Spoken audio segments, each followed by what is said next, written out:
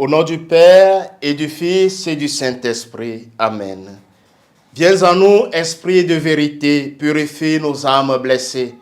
Ravive en nous la joie d'être sauvés, de t'appartenir et d'être sanctifiés. Amen. Le Seigneur soit avec vous. Évangile de Jésus-Christ selon saint Luc. Gloire à toi, Seigneur.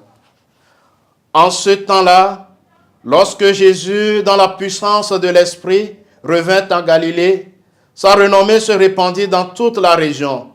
Il enseignait dans la synagogue et tout le monde faisait son éloge. Il vint à Nazareth où il avait été élevé selon son habitude. Il entra dans la synagogue le jour du sabbat et il se leva pour faire la lecture.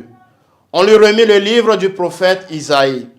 Il ouvrit le livre et trouva le passage où il est écrit « L'Esprit du Seigneur est sur moi parce que le Seigneur m'a consacré par l'onction.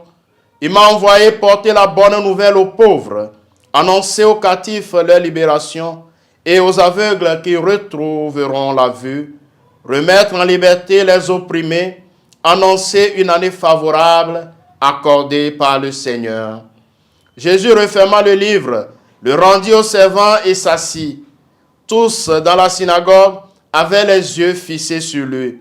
Alors il se mit à leur dire, « Aujourd'hui s'accomplit ce passage de l'Écriture que vous venez d'entendre. » Tous lui rendraient témoignage et s'étonnaient des paroles de grâce qui sortaient de sa bouche. Acclamons la parole de Dieu. Louange à toi, Seigneur Jésus.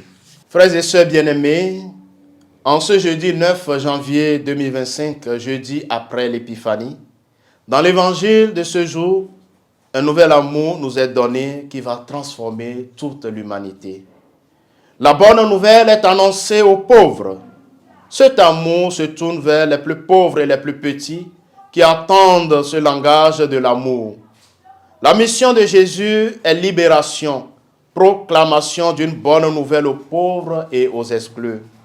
C'est le don d'une nouvelle vision de ce qui concerne l'homme et le sens de sa vie. Mais pour que nous puissions voir aujourd'hui la bonne nouvelle annoncée aux pauvres, il faut que nous l'annoncions avec zèle, fidélité et joie. Pour que les prisonniers soient libérés, il faut que nous travaillions ardemment à faire tomber les chaînes qui emprisonnent nos frères et sœurs. Souvent, nous sommes peu habitués à rendre grâce au Seigneur et à reconnaître et proclamer ses bienfaits. En cette année jubilaire, ancrée dans l'espérance, proclamons dans nos cœurs et par notre vie les bienfaits du Seigneur. Louons-le et rendons-lui grâce pour que le désert de notre vie fleurisse et que nous puissions témoigner que Dieu est amour. Le Seigneur soit avec vous. Que Dieu Tout-Puissant vous bénisse, le Père et le Fils et le Saint-Esprit.